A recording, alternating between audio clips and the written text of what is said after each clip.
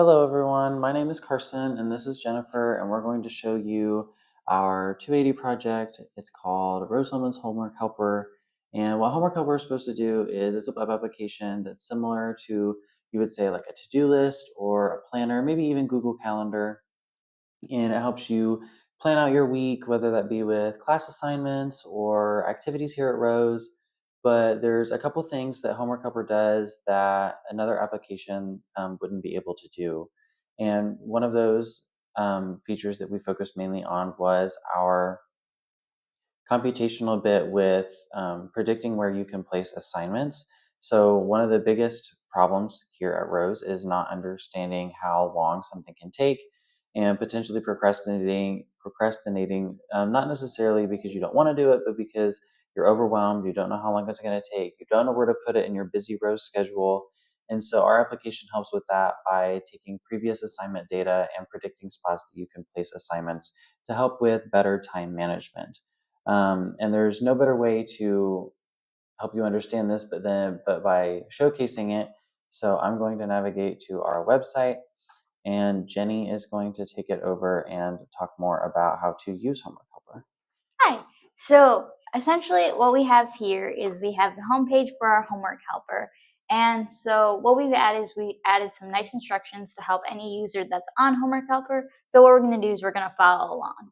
All right. So first says to make an account above to save our schedule. So I'm going to start off by making an account and then I'm going to log in as that person. All right. And what it's going to do is it's going to pre-populate the table with a data set to know that, like, hey, you're kind of already in your database and here is what all of your classes look like on our schedule. So it says we can click on an empty spot in the calendar to add our classes and outside activities. So we're going to find any random spot that we want on our schedule. Maybe we know that like our chem lab is Thursday at 10. So what it's going to do is we're going to click at our spot and we are going to add chem 111 and we're going to add lab. I'm going to call it lab time. We're going to give a description of it. And let's say we know our lab goes for like a couple of hours until maybe like 2 p.m. And then we can submit the assignment and you're going to see that it populates in our table going from 10 to 2. All right. And let's say maybe I know a club activity on Tuesdays at 8. Maybe it's like SAB, and we have to plan like musical chairs, and then set up the chairs, and then maybe that only goes on for an hour. All right, and then as you can see here, that adds activities, and then let's just add one more, maybe like another chem 111 homework 3, and it's due. Maybe that's going to go on for about 3 hours. All right. So that's how we can pre-populate our schedule. But let's say we have an assignment and we don't really know how long it's going to take. What we can do is we can click on a random spot in our schedule and we can be like, oh, we have a bio like 110 assignment and like it's a nature part. And what we can do is we can search and then it's going to pre-populate our start time and end time with a spot in our table that will fill that like section and that we know is going to be empty. So let's say I submit this assignment, then it's going to pre-populate our data here. And when you've completed an assignment, what you can do is you can click the checkbox and it's going to allow you to enter the time taken.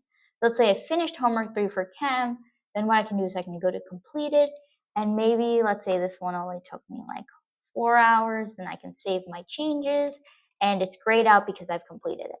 Now let's say it's Thursday and I've gone to my chem lab and that chem lab kind of took me like 9 hours. It was a pretty long lab. All right, I'm going to save it.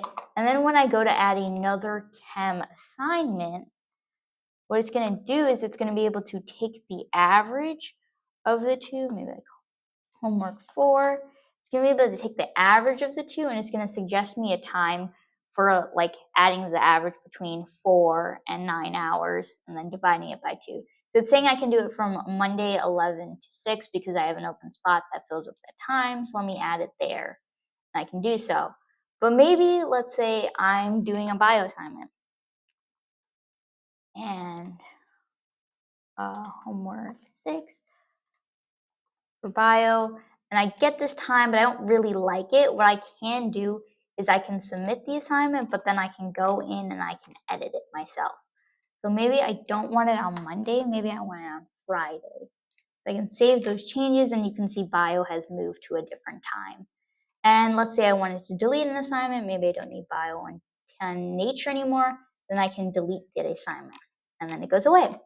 And what I can do is I can also log out and then it goes back to the home screen and then another user can go in and log in and make their account and you're going to see that like maybe I make an account for Carson and I log into him. He's going to have his own calendar so that when he goes in, he adds his schedule and he adds his classes, activities, and he goes in and edits his database. It's not going to affect Sam. So the purpose of our assignment was to help students at Rose with their procrastination and with just helping students in general with time management. One of the biggest things that added value was our personalization with the logging in and logging out, as well as the automated scheduling. That's something that not every calendar or planner can do. And so that was something that we really wanted to add to our application.